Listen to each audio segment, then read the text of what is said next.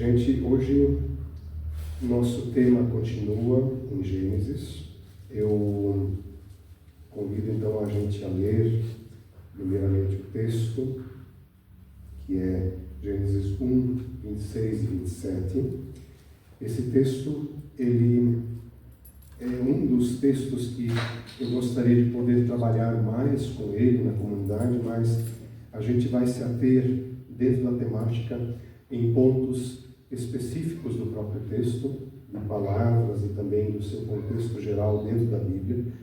E a gente vai ouvir e refletir esse texto com o pressuposto de que conhecer a Cristo é necessário para entender esse texto. Sem a vida em Jesus, nós não podemos compreender e entender o que está escrito aqui. Eu leio na tela está a mesma versão que eu estou lendo. Assim, Deus criou os seres humanos. Então disse Deus: façamos o ser humano a nossa imagem, e ele será semelhante a nós, dominará sobre os peixes do mar, sobre as aves do céu, sobre os animais domésticos, sobre todos os animais selvagens da terra e sobre todos os animais que rastejam no chão. Assim, Deus criou os seres humanos, a sua imagem, a sua própria imagem, a imagem de Deus os criou, homem e mulher os criou. A gente ainda poderia ler adiante, mas isso fica para a semana que vem. O texto são esses 2 versos para hoje, onde eu quero explorar o tema a imagem de Deus na terra. A gente tem diante de nós o dilema de também vermos o texto bíblico de uma forma profunda. Por quê? Nos nossos dias as pessoas refletem de forma superficial quase todas as coisas da vida. E não é diferente também na igreja, na fé cristã. É compreender o texto bíblico é algo fundamental para poder viver ele. Deus fala conosco através do texto bíblico. E a pergunta que esse texto levanta, dentre muitas que eu poderia levantar, é a pergunta: como compreender a humanidade? O texto, quando a gente o lê, a gente no português não percebe pequenas questões linguísticas que são fundamentais, mas quando Deus diz façamos o ser humano, isso realmente é humanidade, tá? A gente como um ser não agora individual, um homem, uma mulher, mas a humanidade. Deus, ele criou a humanidade. E ele vai explicar isso de uma forma, agora dentro desse texto, que os criou a humanidade no conceito homem e mulher. E isso é fundamental nesse texto. O texto é rico em afirmações, por isso que eu faço essas ponderações inicialmente aqui. Ele mostra, o Gênesis 1, ele mostra para nós que a criação de Deus, ela é o ápice, ou seja, é o ponto mais alto, mais importante. E esse ápice, ele é o homem, a humanidade e o descanso. Quando você lê Gênesis 1, você logo vai perceber que após Deus criar todos os seres, todas as realidades da cosmologia, do universo, né, os animais, as plantas, cria o ser humano e aí o descanso. O homem e o descanso são fundamentos agora importantes para a gente entender o que é a imagem de Deus. Eles são o ápice da criação. Não temos como entender o texto se a gente não olhar para algo mais importante do que todas as outras coisas criadas até aquele momento. Tá? E aí, olhando só de uma forma superficial, nós já vamos perceber que esse texto está tratando conosco dentro da realidade da queda. O que eu quero dizer com isso? Quando esse texto foi escrito, ele não foi escrito lá no Jardim do Éden. Não foi o Adão, se a gente brincasse agora, que pegou uma pena de pavão, um pouco de tinta, ele arrancou de algum lugar e começou a escrever. Esse texto foi escrito quando o mundo, as pessoas, a realidade universal, ela está em plena corrupção, assim como nos dias de hoje. Eu sempre gosto de pensar que esse é um texto que foi dito oralmente, de boca a boca, de pai para filho, de gerações em gerações, e se tornou redigível, ou redigido, aí pelos 7º, 8º, 6º século antes de Cristo, talvez, da forma como a gente o encontra hoje. Mas ele não perde a sua essência, ele não perde a sua ênfase testemunhal, de sempre estar afirmando dentro do povo de Deus em especial. Porque esse é um texto do povo de Israel, do povo de Deus, onde havia um testemunho constante, de pai para filho, de pessoas umas para as outras, dizendo: esse é o Deus que nos criou, e é o Deus que nos chamou, e é o Deus que nós servimos.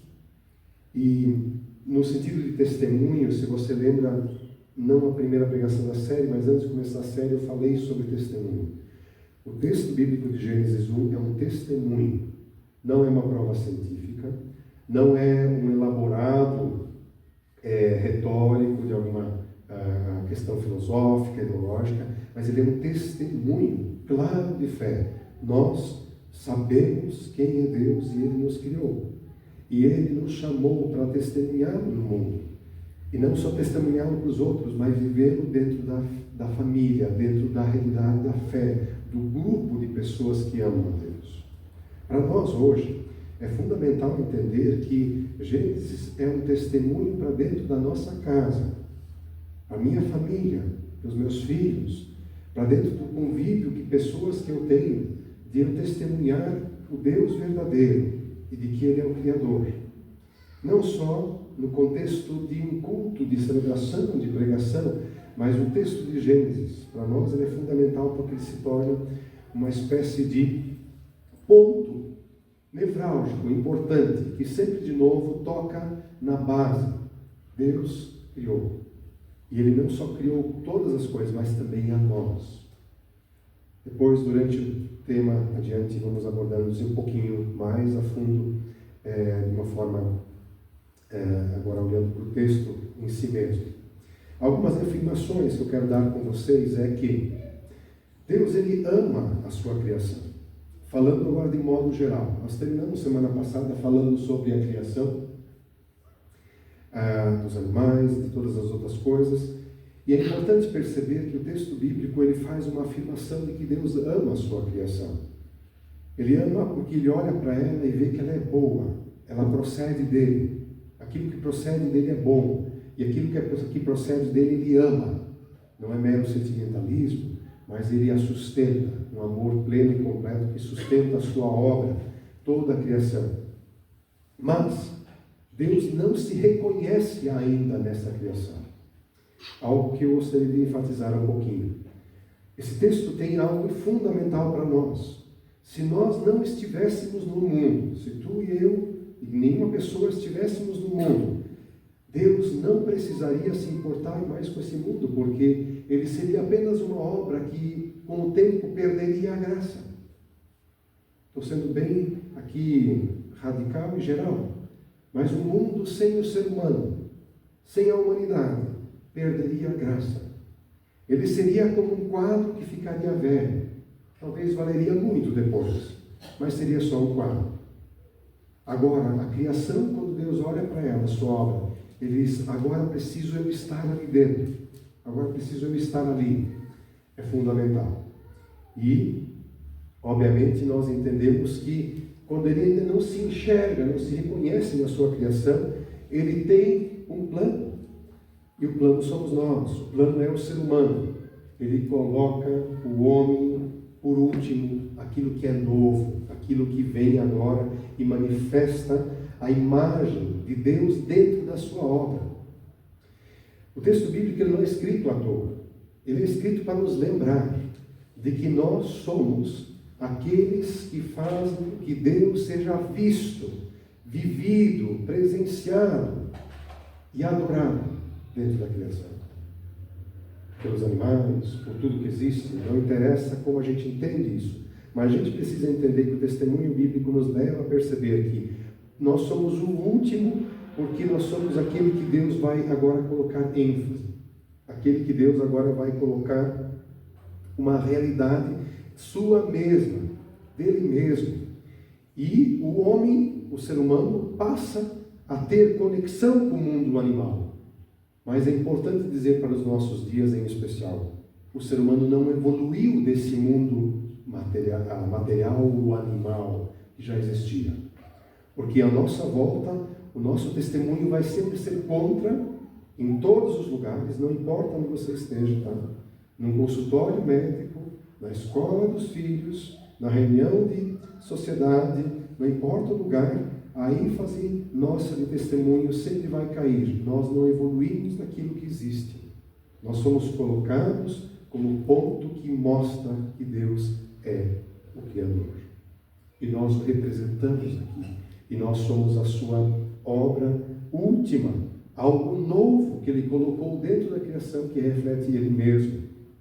A gente obviamente sabe que nós perdemos essa capacidade de reconhecer essa essência que Deus colocou em nós, ou seja, o nosso estado original. Nós sabemos disso. O texto é escrito para pessoas dessa natureza, caída e pecado.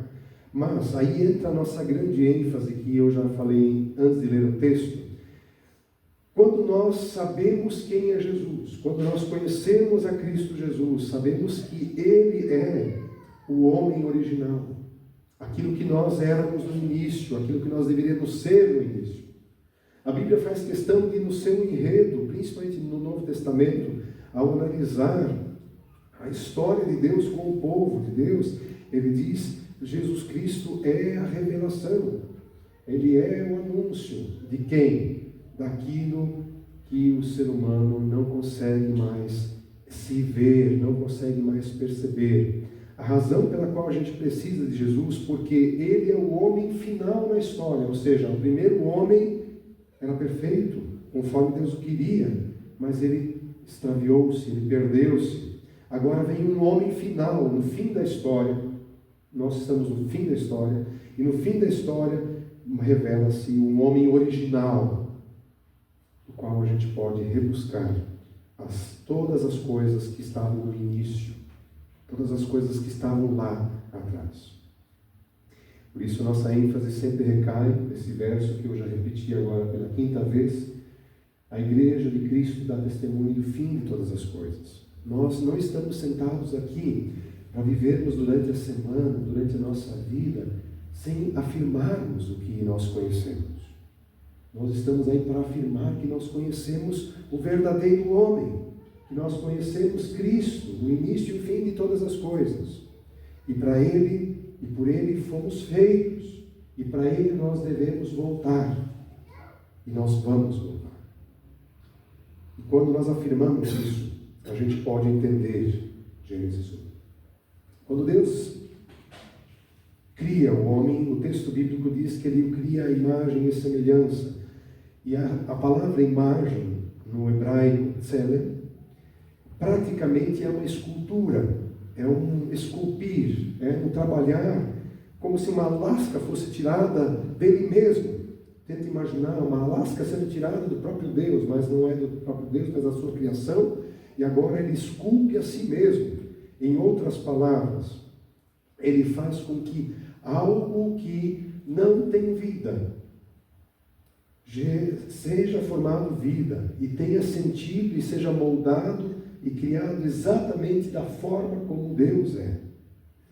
Isso assusta um pouco quando a gente fala, porque esse é um dos pontos que, quando a gente trabalha esse texto, a gente percebe que Deus não faz meramente um bonequinho. A gente gosta muitas vezes de ensinar para as crianças, até usando uma argila, um barro, e dizendo: Deus criou a gente assim, Ele nos moldou, fez os nossos bracinhos, nossas pernas, fez todo o nosso corpo, e aí Ele soprou vida. É bonito? É uma história muito interessante, mas não é tão simples assim. Aquilo que Deus faz, que nós somos formados, é algo que vem do próprio Deus. É a sua própria vida em nós, é a sua própria existência em nós. Embora a gente tenha que afirmar, não somos seres divinos, também como não é a criação. Isso contrapõe-se nesse texto bíblico junto com o testemunho de Israel, do povo de Deus, porque em muitas nações que eles passaram, por exemplo, os mesopotâmicos de diversas categorias de nações, também os cananeus, que eles tiveram amplo e restrito contato na sua história, essas nações sempre entenderam que o ser humano é uma espécie de ser divino, antropomórfico, algo divino que entrou dentro de uma característica carnal. E a Bíblia não afirma isso. A Bíblia faz algo totalmente diferente. Ela mostra um padrão divino, sim, mas onde Deus habita dentro, não dando poderes divinos ao ser humano. Isso é extremamente importante. Por quê? Se você olha para a antiguidade, podemos citar isso em quase todos os povos, eu volto e meio cito isso, você vai encontrar que pessoas se colocam no papel de divindade. Você olha, por exemplo, para os reis babilônicos, dentro dos quais um texto desse provavelmente circulou, testemunhando primeiro para o povo de Deus e também provavelmente para outros povos. Quando essa afirmação aparece, ela vai exatamente contra aquilo que é a vivência do povo babilônico. Os imperadores são deuses. Dentro do Egito, os faraós são deuses. E assim, dentro de outras nações, os sacerdotes são semideuses. Os governantes mais poderosos são uma emanação de Deus. E o texto bíblico diz: o ser humano não pode ser Deus. Ele não é Deus, ele é criatura. Ele é uma criatura cheia da imagem, total, plena da imagem, do tselen, do esculpir, da característica daquilo que Deus é, daquilo que Deus fez e faz, ter algo que não é meramente temporal, passageiro, mas é eterno. O ser humano foi criado com a perspectiva de Deus, da eternidade. É uma característica que a gente sempre de novo toca um pouco na nossa história como cristãos, que nós fazemos nos lembrar e fazemos os outros se lembrarem de que aquele vazio, aquela alma cheia de perturbações que nós carregamos na nossa história, ela é, no fundo, um pequeno estalo do vazio que a gente tem na história por não nos encontrarmos mais em direção à eternidade com aquela. Porque nós fomos criados para a eternidade. O padrão que Deus colocou, quando colocou imagem e semelhança sua em nós, foi eternidade. Não foi imortalidade. Por isso, nós sempre de novo repetimos que o nosso espaço-tempo que a gente vive, o universo que a gente vive, ele não consegue reconhecer esse padrão eterno. Por isso, o passageiro, o mortal, e aquilo que a gente enfatiza nos nossos dias a dias, os nossos desejos, eles se tornam importantes e dominam a humanidade e fazem-se deuses para nós. E aí você vai descobrir que com o passar do tempo as pessoas elas procuram algo que elas não encontram, uma satisfação que elas nunca têm. Na Bíblia, quando nós olhamos para essa expressão, nós podemos entender algumas coisas que eu quero destacar. A primeira delas, imagem e semelhança, nós podemos resumir isso também como liberdade, mas eu preciso explicar o que é essa liberdade. Essa liberdade não é algo que faz com que a gente simplesmente faça o que queira, mas é a liberdade aquilo que me faz não dispor, não ter propriedade nenhuma, não ter nada, mas estar sempre diante e indo em direção a fazer algo com o outro. Repito, liberdade no conceito bíblico e em Gênesis, quando a gente olha para esse conceito de que Deus nos criou a sua imagem, é a liberdade de que nós não possuímos nada, mas nós sempre estamos indo em direção a alguém, ou seja, uma relação. Liberdade é uma relação de pessoas, de indivíduos que raciocinam, que pensam, que criam, que tem algo muito maior do que meramente um sopro que os faz viver aqui no mundo por algum tempo. Aqui entra talvez um dos maiores confrontos para a nossa época. As pessoas desejam ser livres, viver sua liberdade. Mas como vive alguém em nossos dias, no nosso mundo, que diz: eu quero viver minha liberdade? Pensem comigo. Elas vivem sem querer dar satisfação ou cuidar do outro, apenas de si. Eu quero ser livre para fazer o que eu quero, da forma como eu imagino, com as capacidades que eu tenho, sem que ninguém me interfira.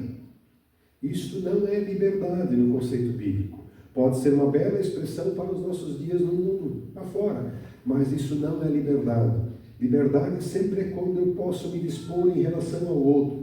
E liberdade é algo único, onde o próprio Deus entra na sua criatura.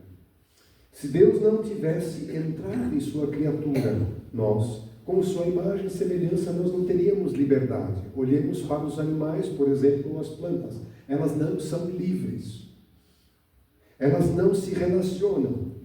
Elas sempre dependem de algo que aconteça sobre eles. Nenhuma criatura é livre. Apenas o ser humano em Deus é livre. Ele é feito relacional. E nessa relação, a gente percebe que é uma aptidão, uma possibilidade que é presenteada para nós e estabelecida em nós. Porém, lembrando, nós a perdemos. O ser humano perdeu a possibilidade de ser livre. Ele não consegue mais ter em sua história, em sua vida, essa apropriação de Deus que o faz ser livre, relacionar-se com Ele e com o próximo de tal maneira que não haja interferências do pecado. Ele não tem mais isso. Nós estamos no pecado. E isso explica o porquê nós vivemos um caos como nós vivemos. O porquê essa capacidade que Deus colocou e estabeleceu em nós, que é do próprio Deus, relacional. A Bíblia sempre fala de Deus como alguém relacional, com alguém que mantém algo com o outro. Isso nós perdemos.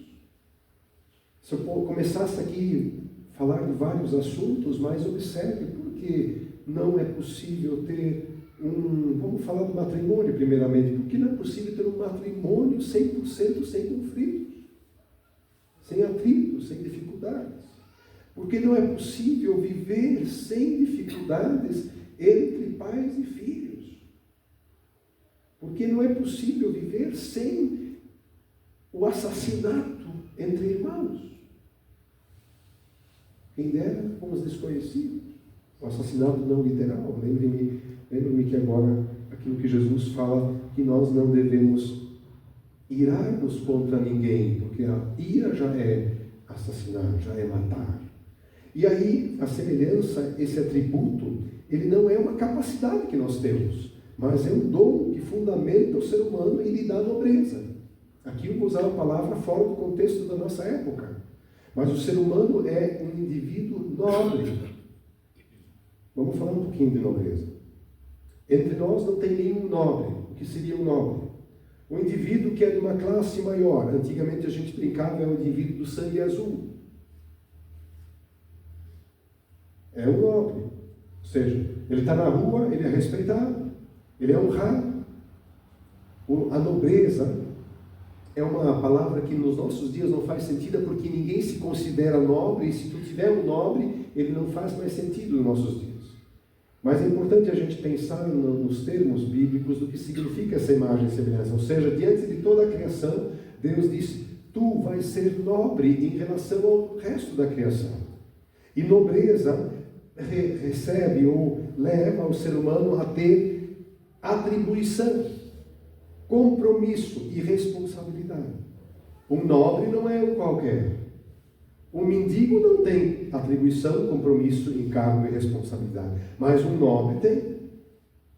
Ele é dono de propriedade, ele é dono de grande quantidade de bens, de patrimônio, ele domina sobre determinadas situações e ambientes. Ele pode, com o seu sim ou com o seu não, mas tirar a vida de alguém ou favorecer a vida para alguém. O nobre faz isso. Se a gente olhar para os termos históricos, agora bem simploriamente falando, agora tu pensa, o ser humano foi feito para que ele fosse alguém nobre e recebeu uma atribuição, um compromisso e um encargo com responsabilidade. Por que digo isso? Antes mesmo de Deus criá-lo, versículo 26, Deus disse que ele é alguém que vai dominar sobre, peixes do mar, aves do céu, animais domésticos, animais selvagens da terra, sobre animais que rastejam no chão. Ou seja, sobre a criação, em especial sobre os seres viventes.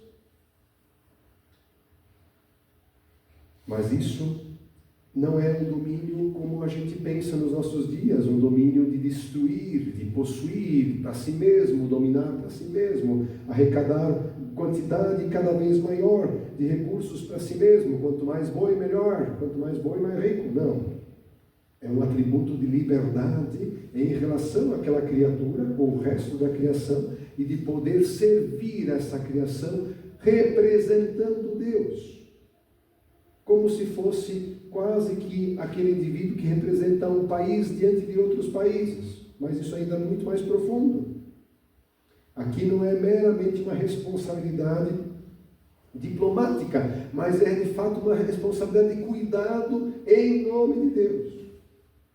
Quando você começa a pensar nisso, nós como cristãos evangélicos, protestantes, de cunho reformado, luterano, a gente sempre dá muita ênfase nisso aqui. Por quê? É muito fácil como cristão dizer Deus criou as coisas para que a gente as possuísse, para que a gente pudesse de fato viver e dela fazer tudo o que a gente quiser para que a gente possa sobreviver da melhor maneira possível, inclusive enriquecer, tudo certo. Desde que isso não seja de forma antropocêntrica, voltada para nós mesmos. Porque onde o ser humano, ele atua no mundo para si mesmo e constrói para si mesmo, produz para si mesmo, conquista para si mesmo, ele se torna um tirano. Não um servo, não um nobre. E aí, a gente pode agora pensar ainda mais. Esse atributo que Deus nos dá, essa semelhança a ele tem atributo e ele tem status. Deus, a gente não consegue atribuir a Ele outra coisa a não ser a sua divindade, e a sua eternidade, o seu poder eterno, o seu status. Mas a nós Ele também confere. E Ele não nos capacita para sermos semelhantes a Ele, Ele nos atribui. Não vem de nós sermos semelhantes a Deus. Não vem de nós mesmos a capacidade de parecermos com Deus. Não, isso é um atributo que Ele nos dá. Por que eu digo isso aqui? Observe nos nossos dias. As pessoas, elas imaginam Deus à sua forma. Elas pensam que Deus é como ela. Que Deus pode ser construído dentro da sua retórica teológica, social, não interessa que linha a gente siga, e as pessoas imaginam Deus a partir delas mesmas. Elas atribuem a força, o poder a Deus conforme elas imaginam de si. Isso é totalmente errado. Nós não conseguimos entender quem é Deus, o seu atributo, o seu status, mas Ele nos deu o status de algo que Ele é. Ele disse, eu quero estar dentro da criação. Eu quero ser dentro da criação com alguém que é como eu. E isso é algo que Deus nos deu. Logo, essa nobreza que eu já mencionei, essa nobreza que Ele nos enche e faz-nos vincular com a criação e dominar sobre ela, ela faz com que a gente tenha um chão para, de fato, manifestar o bom Deus. Traduzido, Deus disse, a criação boa. E para que ela mantenha-se boa, o próprio Deus precisa estar entre ela, dominando ela. Porque se ela se autodominar, se ela viver para si mesma, ela passa a produzir o mal. Olha onde nós paramos. Nós paramos com a realidade que a gente acabou se perdendo e não tendo mais com Ele, com Deus, a capacidade de relacionar-se com Ele, não tendo mais a capacidade de se relacionar com o próximo, não o semelhante apenas com nós, mas também não temos mais a capacidade de dominar sobre a criação, sobre o restante da criação. Talvez você diga isso, eu já sei. Mas eu tenho que dizer para mim, como Lutero dizia, eu preciso ouvir todo dia o Evangelho, porque eu esqueço. Eu preciso ouvir todo dia, de novo da Palavra de Deus, a informação de que eu perdi, nós, a humanidade, perdemos a capacidade de estarmos na relação com Ele e com o próximo. E quando nós vamos vendo no nosso dia a dia, na nossa história, nós não nos relacionamos com Ele de forma plena e muito menos com o nosso próximo. Quem dera ser capaz de ser nobre diante da criação restante. Isso é algo profundo e algo de fato que nos leva a meditar sobre a nossa história, sobre a nossa vida. E o domínio que nós temos do mundo, dado a Deus por nós, nos dando nobreza. Inclusive o Salmo 8 é um reflexo disso, quando ele é composto, o Salmo 8, se você lembrar, é uma pergunta: que é o ser humano para que dele te lembres? Destes a ele poder para dominar, tudo mais.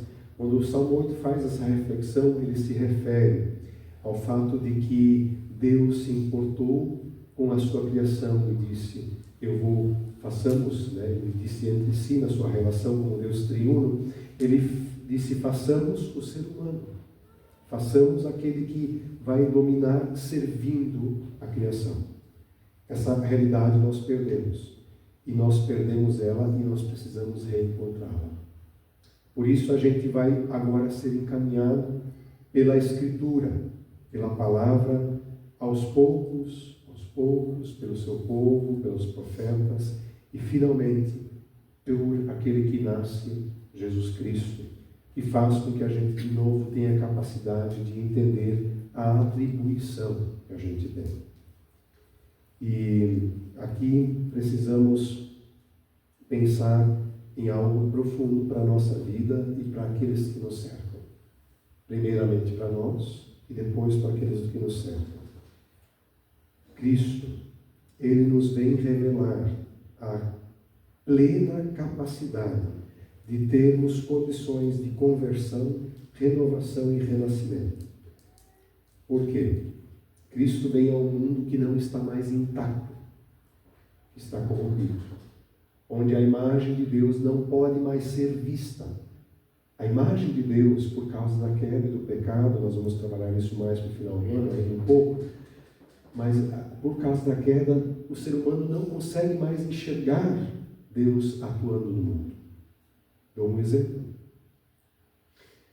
Essa semana, você talvez acompanhou alguma notícia, nós tivemos nos últimos dias alguns assassinatos pelo mundo afora. Alguns de forma trágica, outros de forma um tanto, em forma de guerra mesmo. Dois me chamaram a atenção.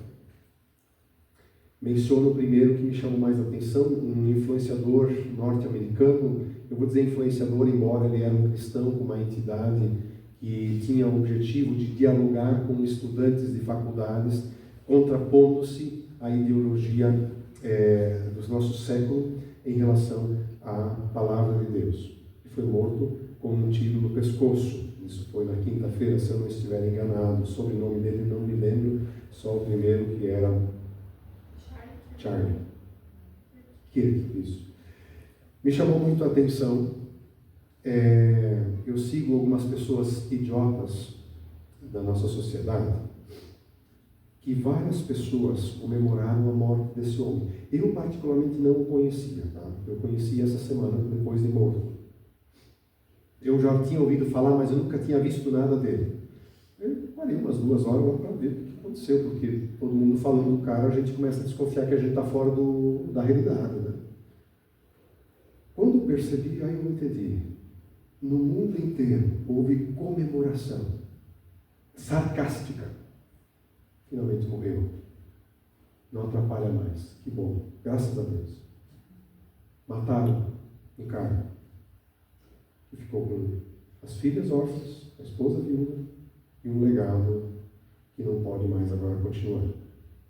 Mas me chamou a atenção ao ponto que chega o ser humano de dizer: é bom que alguém morra. Sabe o que me fez lembrar?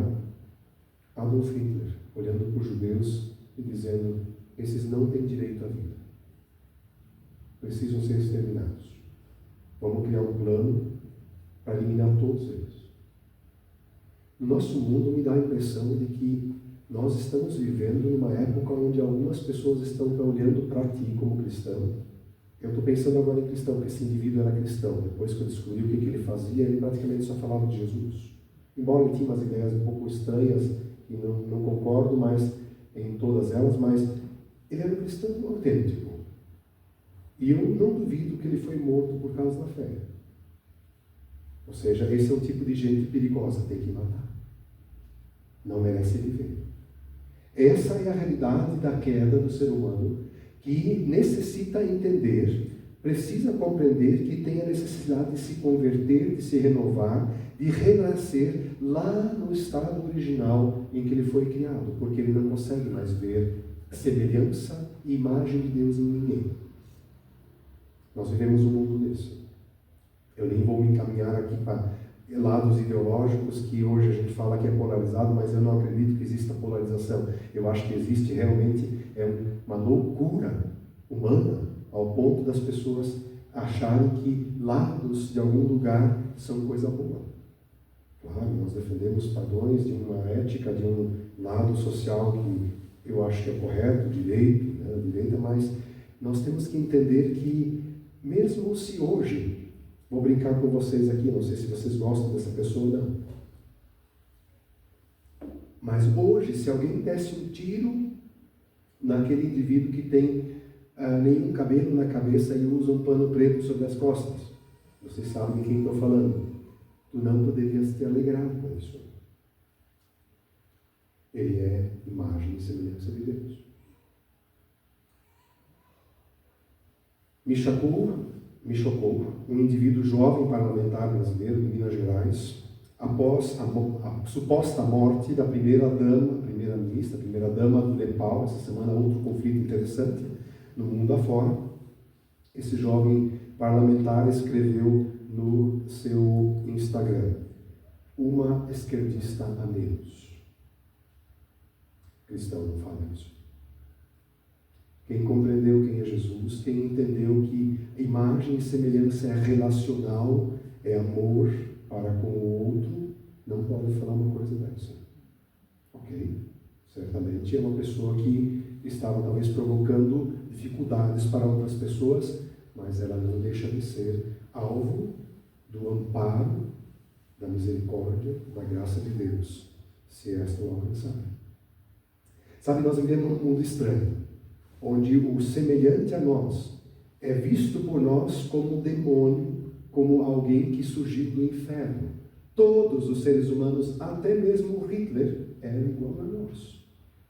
Ok, tu vais dizer, não, mas tem uma coisa dela. Sim, mas nós temos que entender que nós não temos o poder de colocar o dedo em riste sobre alguém e dizer, tu não tens imagem de Deus. E isso torna a gente agora radical em várias implicações culturais para os nossos dias. Assim como era difícil, como era complicado para os hebreus, os judeus, viverem diante dos povos, eles tinham que olhar para os povos que os oprimiam e servi-los no lugar de Deus. Se existe algo radical que Jesus nos ensinou e pediu para os seus discípulos fazer, foi amar a humanidade. Claro que a gente poderia entrar em discussões mais a fundo aqui, a respeito de como a gente deve se proteger daqueles que querem tirar a nossa vida, mas eu quero fugir desse assunto, porque esse assunto é claro. Se alguém quer tirar a tua vida, te protege. Se alguém quer eliminar a nossa possibilidade de expressão, te protege, faça alguma coisa, mas nós não somos autorizados por Deus a desempenharmos o papel de privilegiados que podem tirar a vida de alguém. E os seres humanos, eles estão fazendo isso desde o início da queda, eles estão se achando com o poder e o domínio de tirarem a vida do outro e dizer, agora eliminei aquele que me atrapalha. Isso é grave. Mas não fazem isso só com pessoas, nós fazemos isso com a realidade à nossa volta, praticamente o tempo inteiro. O ser humano, enquanto viver neste mundo, sem a volta de Cristo, nós vamos ver e experimentar um ser humano que não vê mais a imagem, a semelhança, não vê mais a forma do Deus que se colocou em nós dentro desse mundo. pode ser visto apenas de uma forma: o dia em que a gente coloca a nossa vida em Jesus, o homem.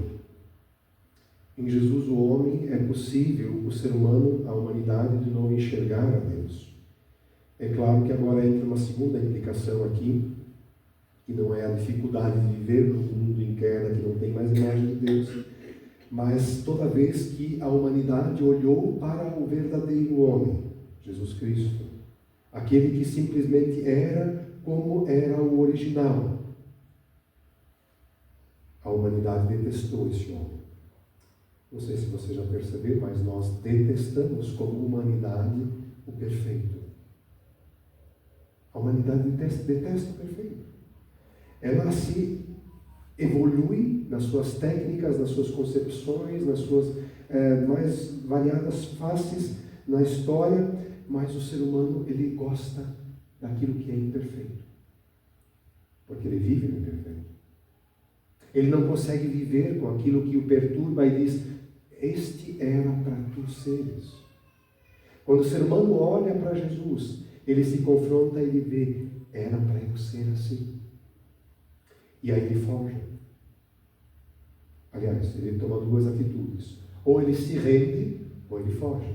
Mas o que a história mostra e prova, que a humanidade, ela torna invisível a sua capacidade de se enxergar, mas também ela olha para dentro de si. Acho que eu falei uma coisa errada aqui.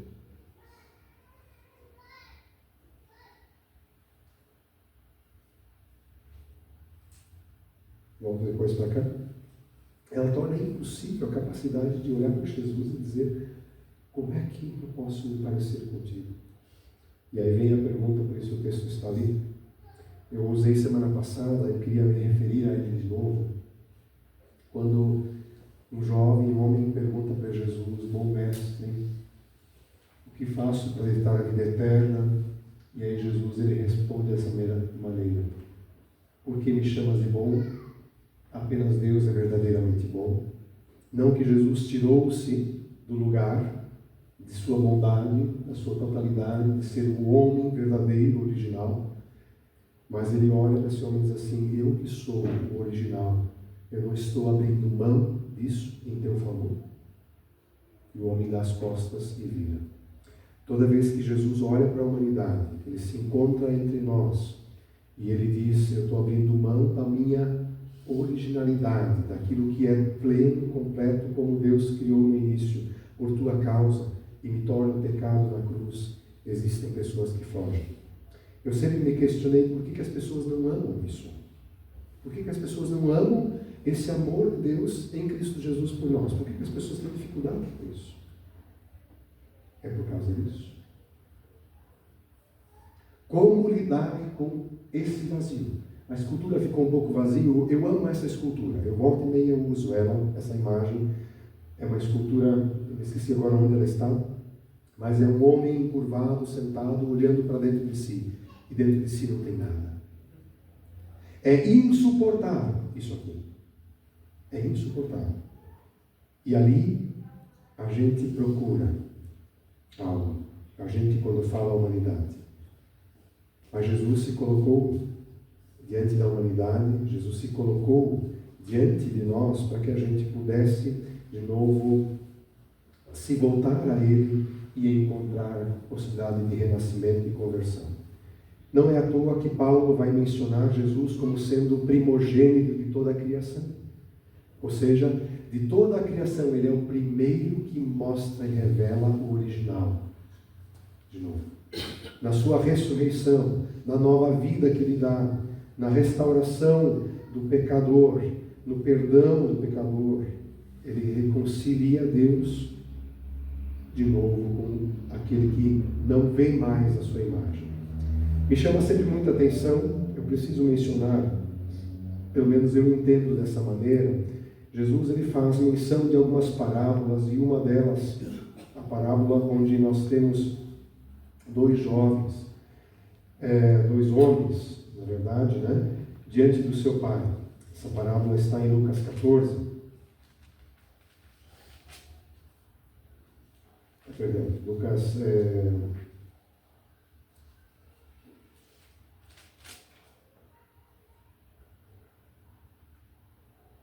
Minha memória foi. O filho pródigo. Gente do céu. 15. Eu só vou mencionar, não vou ler. A importância dessa parábola. Dois jovens, vou citar o primeiro, ele olha para o seu vazio. Vocês conhecem a história, todos conhecemos essa história bastante. Ele olha para o seu vazio e diz: Pai, me dá a herança, me dá o que eu preciso, eu vou viver por conta própria. Eu não quero mais me relacionar, eu não quero mais ter que representar a Ti. Observem de novo o que eu falei. Eu não quero mais me relacionar contigo. Eu não quero mais te representar. A parábola do filho pródigo e outras parábolas que assim aparecem também na Escritura, aquela também dos dois filhos, onde um vai trabalhar e o outro não. Elas são exemplos disso, onde alguém vai dizer: eu não quero mais me relacionar contigo e não quero mais te representar. É a realidade de quase toda a humanidade. Mas o que chama a atenção é que essa realidade de eu não quero mais me relacionar contigo, também não quero mais te representar, também está diante daqueles que querem estar perto do Pai, querem estar perto de Deus. Me chama muita atenção, por isso que eu queria falar conosco como cristãos. Eu estou pensando agora, olhando para vocês como irmãos na fé em Cristo Jesus. Tem muitos dias na nossa vida que nós devemos dobrar os nossos joelhos e reconhecer que a gente quis ficar sem se relacionar com o nosso Deus, Criador e Pai, em Jesus Cristo. E principalmente que a gente não queria representá-lo. Notem o que eu estou dizendo aqui, no sentido de quando nós somos criados à imagem e semelhança, eu enfatizei isso no início, nós vamos e representamos como nobres diante de todos os outros, diante de outra criação, o próprio Deus. Nós estamos em nome dele. E há necessidade dos nossos dias nós redescobrirmos talvez a ênfase que isso traz para a nossa vida. Não é viver de forma moralmente correta apenas, retidão, sem pecado, em santidade, fazendo tudo certinho, mas é em reconhecimento ao que Deus faz por nós e fez por nós e em testemunho disso. Vivemos uma época onde o ser humano, ele, agora de modo geral, ele não consegue reconhecer o divino de Deus em lugar nenhum, mas ele precisa do testemunho. E o ser humano, agora, aquele que está em Cristo, aquele que está em Deus, modelo dessa parábola, ele precisa lembrar que apesar de não ter ido em direção aos porcos, como foi aquele que olhou para o seu vazio e disse: eu não quero me relacionar com esse pai, eu não quero me relacionar com esse Deus, e vai para os porcos. Em contraponto a esse, muitas vezes nós estamos dizendo: amamos a Deus, gostamos da presença dele, da casa dele, mas será que nós o representamos e será que nós nos relacionamos com ele? É a grande pergunta que fica e paira no ar diante deste texto. Eu releio novamente o versículo 27 do nosso texto, porque me parece que algo importante precisamos lembrar quando a gente lê esse texto. Deus criou os seus seres humanos, a sua imagem, sua própria imagem. A imagem de Deus os criou. Vou deixar fora o finalzinho. A imagem de Deus os criou. Eu estava me perguntando ontem, quando eu estava sentado aqui escrevendo e preparando esses slides, qual o tamanho da minha comunhão com aquele a quem eu pertenço? Quando eu falo em tamanho de comunhão aqui, obviamente eu não posso colocar isso dentro de uma balança, num metro e medir isso. A pergunta é mais profunda: qual é a capacidade que eu tenho me disposto a Ele entrar em mim e me deixar mais a sua imagem e semelhança? Notem o seguinte: quando Ele cria o ser humano, o sopro de vida que Ele dá a nós, isso fica mais nítido, mais bonito no capítulo 2, que representa a realidade humana de uma forma mais plena, do capítulo 1, que representa toda a criação.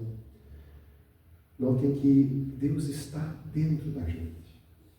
E uma coisa bonita que acontece no Novo Testamento, depois da ascensão de Jesus, né, morte, ressurreição e ascensão de Jesus, é que o próprio Deus entra no ser humano de novo. O Espírito Santo habita em nós. E Paulo vai mencionar no Novo Testamento, em suas cartas, que é para nós nos enchermos do Espírito de Deus. Encher-nos. O que é isso? É deixar penetrar em nós mais da imagem e da semelhança do próprio Deus, do próprio Cristo, para que a gente, de forma mais nobre, represente o Deus que nos criou neste mundo. Para que a gente tenha essa relação próxima com Deus, essa relação próxima com o nosso semelhante e também com o mundo que nos cerca, e assim possa anunciar a grandeza daquilo que está por vir. E aqui entra um desafio de coragem para os nossos dias, estar disposto até mesmo de morrer por Cristo para testemunhá-lo para os outros. E olhar para aquele que nos persegue e dizer como Jesus disse, perdoa-o também. Enche-o também com tua imagem, com tua semelhança. Sabe, uma das coisas talvez mais poderosas que a imagem e semelhança exerce nos nossos dias e poderá exercer nos nossos dias é a capacidade de orar por aqueles que não conseguem enxergar ainda a semelhança e a imagem de Deus em suas vidas. Que ainda não trouxeram e não permitiram trazer a imagem de Jesus, o verdadeiro homem original, para dentro da sua vida. Esse é o desafio. Orar para que a imagem de Deus, a imagem do Criador, ela resplandeça nessa terra. Ela está dentro da oração que Jesus ensina. Se você já percebeu, quando Jesus nos ensina a orar, Ele nos faz lembrar que a imagem de Deus deve resplandecer, não a nossa. E ali é onde nós nos encontramos. O desafio de amar ao Senhor e testemunhá-lo, mas em especial, como ponto final, eu deixo aí a imagem, é o tempo sempre de novo, de dizer, Deus, louvamos a Ti, porque viestes ao nosso encontro trazer de volta a Tua imagem que nós jogamos fora, em Cristo Jesus. Como é bom poder falar e ensinar isso para os nossos filhos, ensinar isso para os nossos amigos. Hoje, vou falar no final um pouco de mim, porque me emocionou ao ver isso. Um dos meus filhos, ao orar, de meio-dia, disse, hoje eu quero orar no almoço. Ele orou de uma forma muito bonita. Não que isso, não exista uma oração bonita, mas ele disse, Deus e Pai, obrigado por esse dia, que hoje à noite tenha um bom culto. Como é bom ouvir uma criança dizer, eu quero ter um bom culto. Tu já pensou que poder é esse? Se nas nossas sociedades, nossos filhos, nossos netos, as pessoas que a gente ama e conhece, pudessem orar, dizendo, Deus, eu quero ter um bom culto. O culto não é só na igreja. É também na festinha de aniversário, é no momento de ir brincar no parquinho, é no momento de estar tomando um chimarrão, é no momento de enfrentar uma convergência, uma dificuldade com alguém que se atravessou na nossa frente e a gente está louco para dar uma cabeçada de pau nele. Eu tenho um bom culto de adorar-te a Deus, de servir-te a ti, Deus, como um nobre que não se perde, que não faz bobagem, mas que está diante de Deus e que quer viver diante de Deus como os outros que também são convidados a viver diante de Deus. Queria te animar com isso, para que você pudesse saber que todas as coisas que nós fazemos refletindo a imagem de Deus, elas trazem bênção no nosso mundo, em palavras, atitudes, gestos, nosso comportamento e principalmente o nosso interceder por alguém. Amém?